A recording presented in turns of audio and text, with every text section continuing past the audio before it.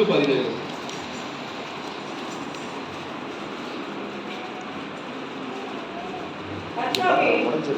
கர்த்தாவே, சிறுமைப்பட்டவர்களுடைய வேண்டுதலை கேட்டிருக்கிறேன். அவர்கள் இருதயத்தை ஸ்திரப்படுத்துவேன். கர்த்தாவே, சிறுமைப்பட்டவர்களுடைய வேண்டுதலை கேட்டிருக்கிறேன். அவர்கள் இருதயத்தை ஸ்திரப்படுத்துவேன். சிறுமைப்பட்டவர்களுடைய வேண்டுதல்களை கேட்டருளுகிற தேவனாய் இருக்கிறார். நம்முடைய இருதயத்தை அவர் ஸ்திரப்படுத்துவார். நமக்கு அநேக பிரச்சனைகள் இருந்த போதிலும், சிறுமைப்பட்டவர்களாக நாம் காணப்பட்ட போதிலும், நம்முடைய வேண்டுதல்களை ஒரு நாள் கேட்பார். ஹல்லேலூயா! நம்முடைய இருதயத்தை ஸ்திரப்படுத்துகிற தேவன் அவர் ஒருவரே. சிறுமைப்பட்டவர்களுடைய வேண்டுதலை கேட்டிருக்கிறேன். அவர்கள் இருதயத்தை ஸ்திரப்படுத்துவேன். அவர்கள் இருதயத்தை, அதாவது ஒரு ஸ்டெடியாக்குவேன். ஒரு ஸ்திரத்தன்மை, அதாவது அன்ஸ்டேபிளான ஒரு ஸ்டேஜ் அது இல்லாதபடிக்கு வெற்றியோ தோல்வியோ நம்முடைய வாழ்க்கை பலவீன செத்தாலும் சாகிற அப்படி என்ற ஒரு நிலை, அந்த இருதயம் நமக்கு வேண்டும். யோபுவை போல, அவர் என்னை கொன்று போட்டாலும் அவர் மேல் நம்பிக்கையா இருப்பேன். ஹல்லேலூயா! அதுபோல நம்முடைய இருதயத்தை நாம் ஸ்திரப்படுத்த வேண்டும்.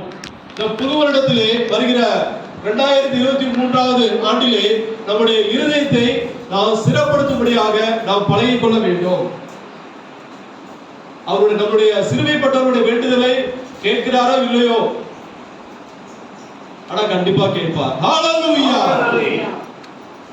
அடுத்ததாக எரேமியா 29:11. எரேமியா 29:11. உங்கள் முழு இதயத்தோடும் என்னை தேடினீர்களானால் என்னை தேடுகையை கண்டுபிடிப்பீர்கள். எரேமியா 29:11. நீங்கள் எதிர்பார்த்திருக்கும் முடிவை உங்களுக்கு கொடுக்கும்படிக்கு நான் உங்கள் பேரில் நினைத்திருக்கிற நினைவுகளை அறிவேன் என்று கர்த்தர் சொல்லுகிறார். அவைகள் தீமைக்கல்ல, சமாதானத்துக்கு ஏதுவான நினைவுகள். அவைகள் தீமைக்கல்ல, சமாதானத்துக்கு ஏதுவான நினைவுகளே.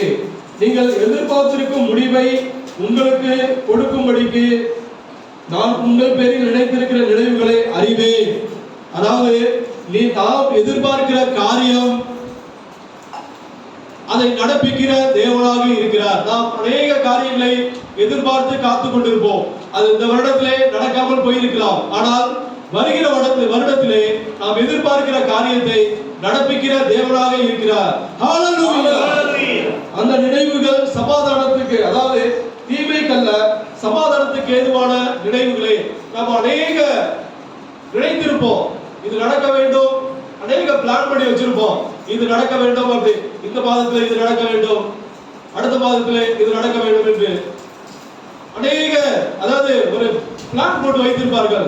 சில வேளைகளில் நடக்காமல் இருந்திருக்கலாம். ஆனால் நம்முடைய இருதயத்தின் நினைவுகளை அவர் நிறைவேற்றுகிற தேவனாக இருக்கிறார். நாம் எதிர்பார்க்கிற காரியத்தை நடப்பிக்கிற தேவன். நான் எதிர்பார்த்திருப்போம் ஒரு காரியம் இந்த மாதத்திலே இல்ல அல்லது இந்த வருடத்திலே நடக்க வேண்டும் என்று நாம் ஒரு காரியத்தை எதிர்நோக்கி கொண்டிருப்போம். இந்த வருடத்திலே அது நிகழாமல் இருந்தால் வருகிற வருடத்திலே, இந்த புதிய வருடத்திலே அதை நாம் எதிர்பார்க்கிற காரியம் நடக்கும்படியாக அவர் நடப்பிக்கிற தேவன். ஹல்லேலூயா!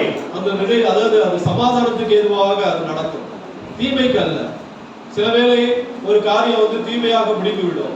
அப்படி கிடையாது, அது சமாதானத்துக்கு ஏதுவான நினைவுகளே என்று கர்த்தர் சொல்லுகிறார். 2 தெசலோனிக்கேயர் 2 அதிகாரம் 16-17. 2 தெசலோனிக்கேயர் 2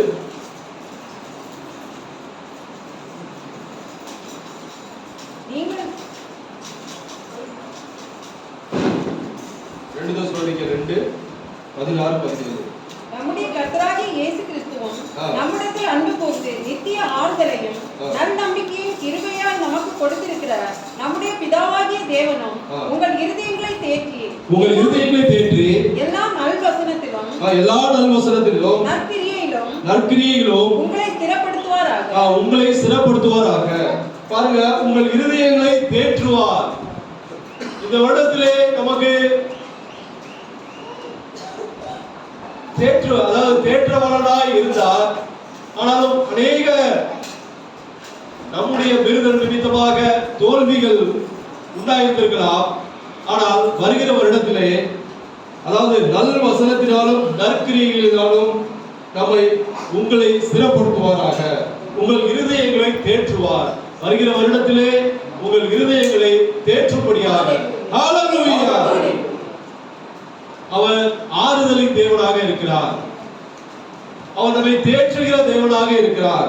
எதை கொண்டு தேற்றுவார் என்றால் நல்ல வசனம், அதாவது நல்ல வசனத்தினாலும் நற்கிரியைகளிலும் உங்களை, அதாவது நல்ல கிரியை நம்முடைய வசனத்தின் மூலமாக தான் தேற்ற முடியும். வேற எந்த ஒரு காரியத்தாலும் தேற்ற முடியாது. நற்கிரியை, நல்ல காரியத்தை செய்யுங்க. வருகிற வருடத்திலே அநேகருக்கு, அதாவது தீமை செய்யாதபடிக்கு நற்கிரியினாலும் நம்மை தேற்றுவாராக. ஹalleluya. அடுத்ததாக எபிரேயர் 6:10. எபிரேயர் 6:10. ஏனென்றால் உங்கள் கிரியையையும் நீங்கள் பரிசுத்தவான்களுக்கு ஊழியம் செய்ததினாலும் செய்து வருகிறதினாலும் தமது நாமத்திற்காக காண்பித்த அன்புள்ள பிரயாசத்தை மறந்து விடுவதற்கு தேவன் அநீதி உள்ளவர் அல்லவே. நீங்கள் அசதியாயிராமல் வாக்குத்தத்தமான ஆசீர்வாதங்களை விசுவாசத்தினாலும் நீடிய பொறுமையினாலும் சுதந்திரித்துக் கொள்ளுகிறவர்களை பின்பற்றுகிறவர்களாய் இருந்து உங்களுக்கு நம்பிக்கையின் பூரண நிச்சயம் உண்டாகும்படி நீங்கள் யாவரும் முடிவு வரையிலும் அப்படியே ஜாக்கிரதையாய் காண்பிக்க வேண்டும் என்று ஆசையாய் இருக்கிறோம். போதும். அதாவது உங்கள் கிரியைகளையும் நீங்கள் பரிசுத்தவான்களுக்கு ஊழியம் செய்ததினாலும் செய்து வருகிறதினாலும் தமது நாமத்திற்காக காண்பித்த அன்புள்ள பிரயாசத்தையும் மறந்து விடுகிறதுக்கு தேவன் அநீதியுள்ளவர் அல்லவே. அதாவது நாம் செய்கிற ஊழியத்தை, பிரயாசத்தை மறந்து விடுகிறதுக்கு அவர் அநீதியுள்ள தேவன் அல்ல. அதற்குரிய பலனை ஒரு நாள் கொடுப்பார். இந்த வருடத்திலே நீங்கள் பெற்றுக்கொள்ளாமல் இருந்தாலும் வருகிற வருடத்திலே அதை பெற்றுக்கொள்ளும்படியாக நமக்கு அவர் கிருபை செய்வார். அதாவது நாம் செய்கிற ஊழியத்தை ஒருபோதும் அவர் மறக்க மாட்டார். நாம் பரிசுத்தவான்களுக்காக இருந்தாலும் சரி, அல்லது சபைக்காக இருந்தாலும் சரி, நாம் செய்கிற ஊழியத்தை அல்லது நாம் செய்கிற உதவியை, பிரயாசத்தை அவர் ஒருபோதும் மறந்து விடுகிற தேவன் அல்ல. இதை நன்றாக விளங்கிக் கொள்ள வேண்டும். ஐயோ, நான் சபைக்கு இதை செய்கிறேன், எனக்கு ஒன்றும் இல்லையே, நான் பிரயாசப்படுகிறேன், ஒன்றும் கிடைக்க மாட்டேங்குது அப்படி என்று எண்ணாதபடிக்கு நாம் செய்கிற ஊழியத்தை, பிரயாசத்தை மறந்து விடுகிறதற்கு அவர் அநீதியுள்ள தேவன் அல்ல. பிதாவானவர் நமக்கு அதற்குரிய பலனை கொடுப்பார். அந்த பலன் நமக்கு எப்படி இருக்கிறது என்றால், அதாவது இம்மைக்குரிய ஆசீர்வாதம், மறுமைக்குரிய ஆசீர்வாதத்தை பெற்றுக்கொள்ளும்படியாக அது பலனாக இருக்கும். ஆகவே நான் ஊழியம் செய்கிறார், இதை யாரும் கண்டுக்க மாட்டாங்க, எனக்கு ஒரு ரெகக்னைசேஷன் கிடைக்க மாட்டேங்குது அப்படி என்று நாம ஒருபோதும் நினைக்க கூடாது. நாம் யாருக்காக ஊழியம் செய்கிறோம் என்றால் கடவுளுக்காக, சபைக்காக ஊழியம் செய்கிறோம். ஒருபோதும் அது இந்த வருடம் இருந்தாலும் சரி, அல்லது வருகிற வருடத்துல இருந்தாலும் சரி, அல்லது 5 வருஷம் கழிச்சு, அல்லது 10 வருஷம் கழிச்சு. பாருங்க, ஆபிரகாம், அதாவது இன்றைக்கும் நாம ஆபிரகாம் பத்தி பேசுகிறோம். அவர் செய்த நற்கிரியைகள் தலைமுறையாக அப்படியே பின்தொடர்கிறது. ஹalleluya. அதுபோல நம்முடைய சந்ததிக்கு நாம் ஆசீர்வாதத்தை சேர்த்து வைக்கிறோம். எப்படி சேர்த்து வைக்கிறோம் என்றால், நாம் ஊழியம் செய்வதனால, சபைக்கு அல்லது ஊழியக்காரர்களுக்கு நாம் உதவி செய்வதனால, அது நிமித்தமாக அவர் அதற்குரிய பலனை நமக்கு கண்டிப்பாக கொடுப்பார். 1 பேதுரு 2:9.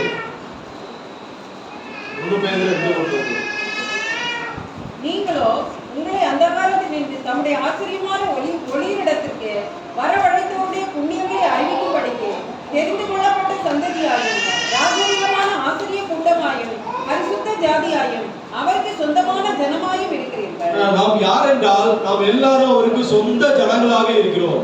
ஹalleluya. நம்ம அந்நிய ஜனங்கள் கிடையாது. நாம் எல்லாரும் அவருக்கு சொந்த ஜனங்களாக, நம்மை தெரிந்து கொண்ட ஜனங்களாக, தெரிந்து கொண்ட பிள்ளைகளாக நாம் காணப்படுகிறோம். அதனால நாம அதை குறித்து, அதாவது நம்ம யாரு, நமக்கு யாரும் இல்லையே அப்படி என்று நாம் ஒருபோதும் நினைக்க கூடாது.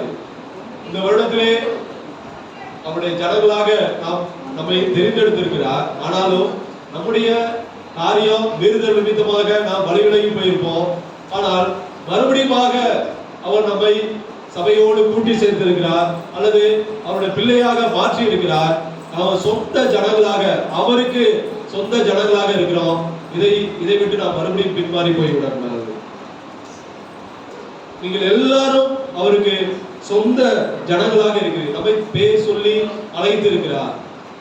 இந்த வருடத்திலே நாம் பெற்றுக்கொள்ள வேண்டிய ஆசீர்வாதங்கள் குறைவாக இருந்தால் வருகிற வருடத்திலே நாம் அவருடைய ஜனங்களை, அதாவது சொந்த ஜனங்கள், அந்த கேப் இந்த வருடத்திலே விழுந்திருந்தால் வருகிற வருடத்திலே அந்த கேப் ஃபில் பண்ணணும், நெருக்கணும். அதாவது நாம சொந்த ஜனங்கள் என்று நாம பேர் சொல்லி, அதாவது நம்மை அழைத்திருக்கிறார், ஒவ்வொருவரையும் பேர் சொல்லி அழைத்திருக்கிறார்.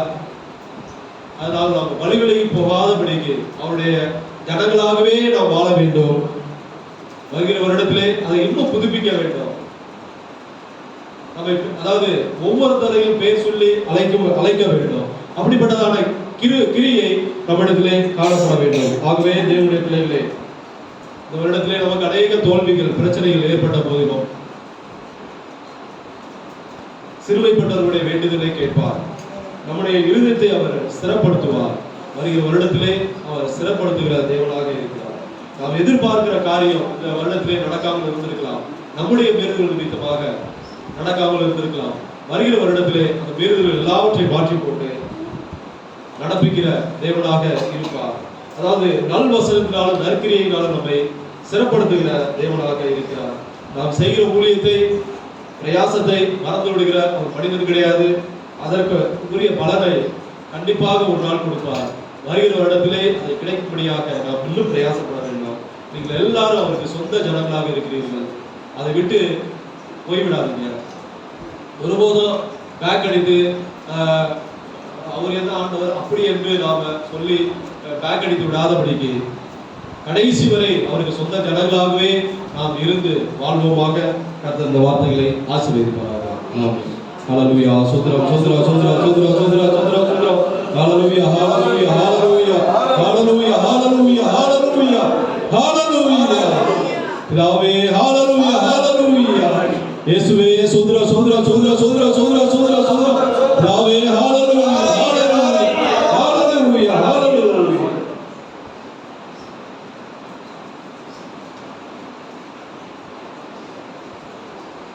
282வது பாடல். 282வது பாடல்.